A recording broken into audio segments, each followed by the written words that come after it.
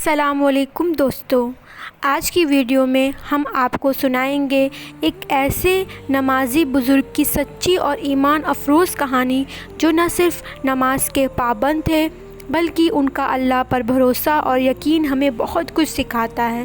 تو ویڈیو کو آخر تک ضرور دیکھیے اور اپنے دوستوں سے شیئر کرنا نہ بھولیں۔ تو چلیے شروع کرتے ہیں۔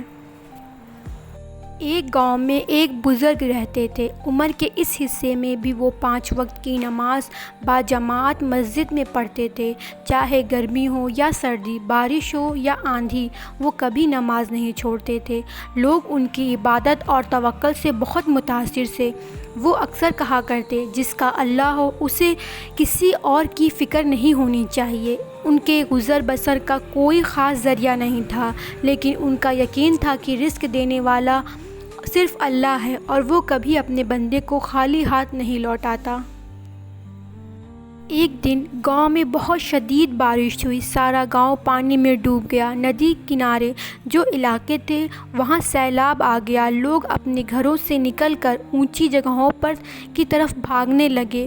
وہ بزرگ بھی ایک چھوٹے سے کچے مکان میں رہتے تھے جو ندی کے قریب تھا۔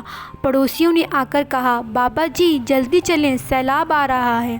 لیکن بزرگ نے مسکرا کر کہا، جاؤ تم اپنی جان بچاؤ، میرا اللہ مجھے بچائے گا۔ پانی آہستہ آہستہ ان کے گھروں میں داخل ہو گیا، مگر وہ بدحواس نماز پڑھتے رہے اور ذکر کرتے رہے۔ کچھ دیر بعد ایک کشتی آئی۔ کشتی والا بولا، بابا جی جلدی آ جائیے، اب پانی چھت تک پہنچنے والا ہے۔ بزرگ نے کہا، نہیں بیٹا، میں نہیں جاؤں گا، میرا اللہ مجھے بچائے گا۔ کشتی چلی گئی۔ پھر ایک اور کشتی آئی۔ بزرگ نے پھر وہی جواب دیا۔ آخر کار پانی اتنا بڑھ گیا کہ وہ مکان بھی پانی میں بہہ گیا اور بزرگ بھی۔ جب بزرگ کا انتقال ہوا اور ان کی روح اللہ کے حضور پیش ہوئی تو انہوں نے اللہ سے عرض کیا، یا اللہ، میں تو پوری زندگی تیرا بندہ رہا، نماز کی پابندی کی، توکل کرنے والا، پھر تو نے مجھے کیوں نہیں بچایا؟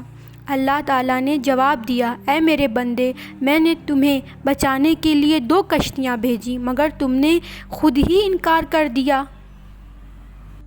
دوستو، یہ کہانی ہمیں سکھاتی ہے کہ اللہ پر توکل ضرور کرو لیکن اسباب سے منہ نہ موڑو۔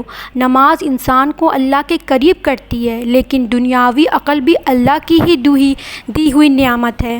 جب اللہ مدد کرتا ہے تو وہ انسانوں، موقعوں اور اسباب کے ذریعے کرتا ہے۔ انہیں ٹھکرانا اللہ کی مدد کو ٹھکرانا ہے۔